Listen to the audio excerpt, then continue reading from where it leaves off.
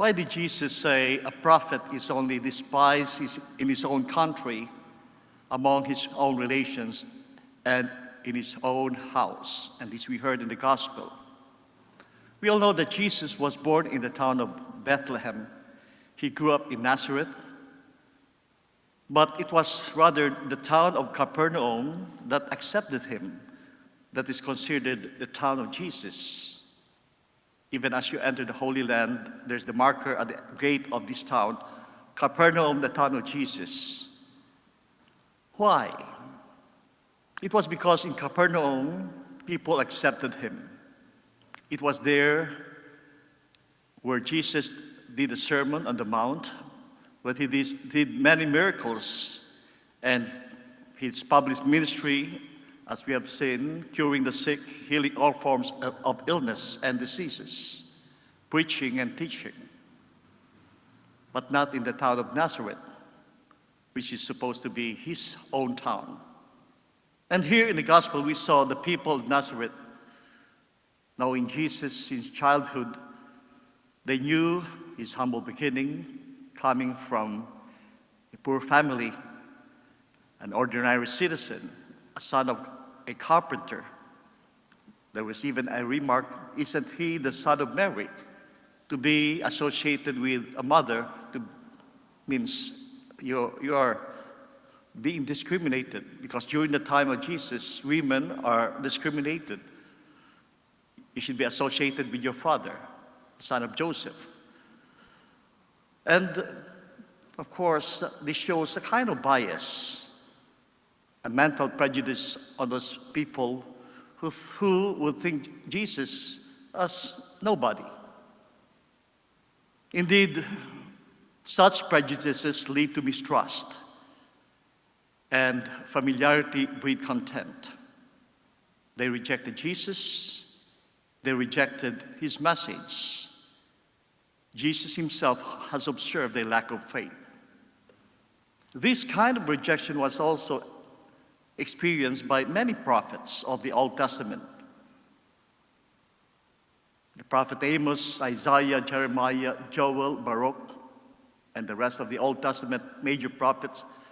And in our reading today, we saw the prophet Ezekiel having this kind of experience, some difficulty of being rejected, as he was sent to go and preach to his own people, to the rebellious Israel. But his trust in the Lord gave him strength to fulfill his mission.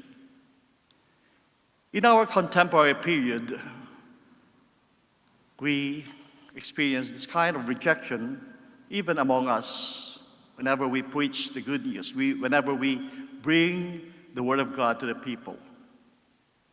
Why? Because of the prevailing philosophy and culture we call secularism. It's a kind of new neo-paganism in which there's no sense of sacred. People are either lacking or have lost the sense of the sacred.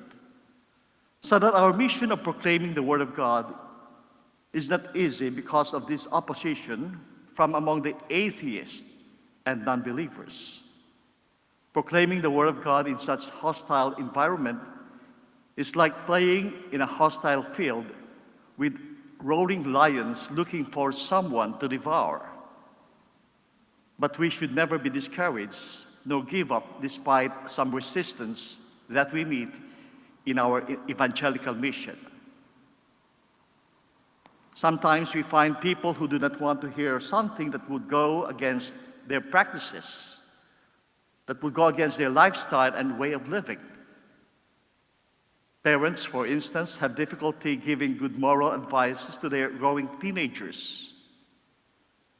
Elderly people's words of wisdom are simply ignored.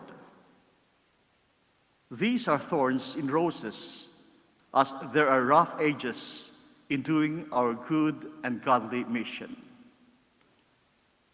Even St. Paul, as we heard in the second reading, in his letter to the Corinthians, made about the thorns in the flesh. In his missionary journey, these thorns in the flesh are his trials and difficulties that he has encountered. But then, St. Paul realized that the grace of God is enough for him, as the power and the grace of God comes out best in such difficulties. My dear brothers and sisters, in this period of pandemic, people are experiencing fears and difficulties. Fear of getting sick of the virus, hesitancy of getting the vaccine, restrictions in our mobility and disappointments in making plans, work and financial uncertainties. These are some of the setbacks that we are living now. It is true that we have to live with the advancement in science and technology. But remember that as believers, as Christians, there is God, and we have to live with courage and faith in the Lord. Now, what is the message in today's readings? The message of God this Sunday is reflected in the theology of St. Paul, in that we have to realize with humility that the power of God is best perfected in knowing and accepting our weaknesses.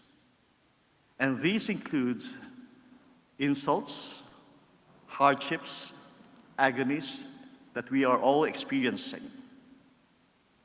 So that let the difficulties and suffering in this pandemic period be for us a source of strength.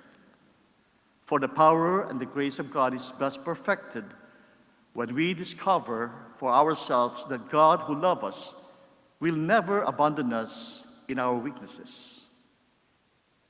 As St. Paul said, "For when I am weak, that I am strong."